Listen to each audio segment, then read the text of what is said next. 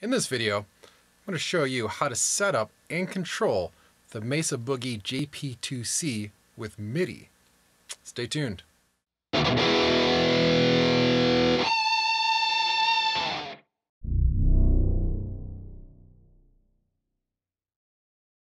Man Bun Metalhead here.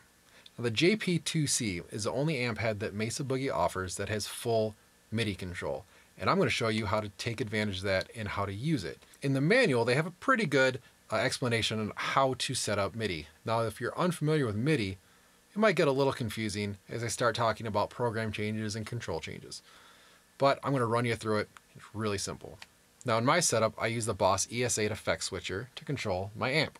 And all you need to do to hook up is connect in the back here to the MIDI in.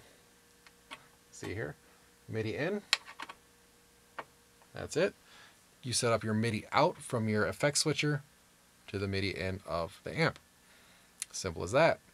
So once you have that set up, you'll notice that next to the MIDI input of your JP-2C, there is a dial that is 0 to 9 and then A to F, which is your MIDI channel number.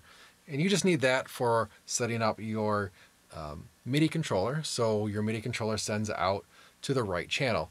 Some MIDI controllers will send out to all channels. If you don't have a channel option on your MIDI controller, it sends to all channels, which is perfect. So just set that dial to whatever channel you want. I have mine set up to F, and F is for 16. It's all explained in the manual pretty well. Now, once you have your MIDI connection set up and your channel selected, I'm going to go over to your MIDI controller. I'm using the Boss ES8. So I'm going to go over here, and without getting too much into the details of how to use the ES8, we're going to go into our MIDI settings for the channel, and you can see here I have selected already channel 16. And you'll notice there's two things we're going to want to control, if we so choose. There's the PC, which is the program change. Now, program change basically calls up a program that is saved in the JP-2C. Or we can go to a control number change, which will change one variable on this JP-2C. I prefer doing the program changes, but I'll show you how to do a control change first, and they're pretty simple. With a control change, you need the control number. So anything on the JP-2C is between 20 and 30, and you can look that up in the manual. And so 20 is actually going to be turning on channel 1. As long as the value of that control number is above 63, so it's a 64 or higher, we'll be able to change that channel. So I've got my control number and I've got the value that I'm sending it. Send that message and we change channel 1. If we go to, say, CC number 21, that's going to go to channel 2. 22 is going to go to channel 3. We've got some other things here. I think these are EQ. 2 and 3 are the two EQ channels. Over here, channel 5 is, I believe, the effects. So let's say we go to under 64, 63 or less. We turn off our effects loop. 26 is reverb, so we'll turn reverb on there. We got reverb on. And it did turn my effects loop back on. Not exactly sure what that's about. So that'll turn that on. So that's reverb. Believe. Turn maybe the switch off. Turns on the effects too. So there's a couple ways to change some of those. They're not that easy to do. You can only change one thing at a time, or maybe in this case two. But go ahead and look at the manual. It'll show you what you want for that if you so choose. Now, the best part about this, I think, is the program changes. So I'm going to go into my ES8. I'm going to turn off my CC numbers. I'm going to go to my program changes. Now, program change is a basically a setting that's already stored in the JP-2C. Now I have a few settings already saved up, so I'm going to go to program change 1. I'll send that, and it goes to my channel 1 settings. So I have channel 1 on, I have my effects loop on, and that's it. So I'll go to channel 2, and here I have channel 2. I have my effects loop on as well. I'm also using EQ number 1, and I'm using shred. And then 3 is my lead channel that I use for lead.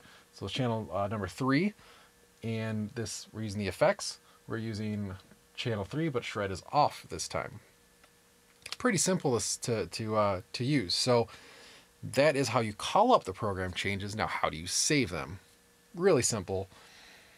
We're going to go to something, say for instance, 20, since I don't use 20. We'll send that. And right now we're calling up channel 3.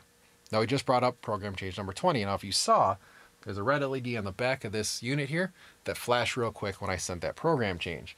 You can see it here. I'll go to 19, it changes, go back to 20. It'll show that red LED every time. What that red LED means is it just received a MIDI message. So that is really helpful in troubleshooting to make sure you're getting messages sent to your JP-2C. So once I sent that message, the last program change I set is 20. Now I want to make 20 something different. Let's say we're going to go to channel, how about 2? So we flip to 2 at least twice. According to the manual, you want to flip onto that setting twice. And then we'll say we're going to go effects on. We go reverb on. Shred will keep off. And then how about EQ 1? Right, all that's saved. Now once we have all that saved, we go on the back here. We push up this switch, store, once, and you'll see that the red LED went on and off. Now program number 20 is saved. So we'll go back here, we'll change it to 19, and we'll change it back to 20, and you can see that all my settings were saved. And now that took me, what, 30 seconds, 45 seconds, maybe to get the changes set up. It's really that simple. So let's go to 19. Then I say I want my clean channel. Clean channel set. I don't want any EQ, but I do want some reverb. Reverb on. And that's all. Over here. Switch it on. Saved. So I'm going to go bring up 20. That's my channel 2. Bring up 19, and there's my channel 1. Done. So you can see it is so easy to save and recall all these program changes. I think you can do at least 256, which is way more than I need. I use 3 at the moment, but it's also great for trying out different settings. For instance, I have a tube screamer that I've used on a lot of my tube amps, and I wanted to see how it sounded in front of the amp or just not at all. Used with the shred on and off. It's just so easy to set up. It's so easy to play around with. It's great for live settings. I got this on a Friday. I had it up and running on Saturday with all my program changes. I mean, pretty much I use a clean, a lead, and a crunch for my rhythm.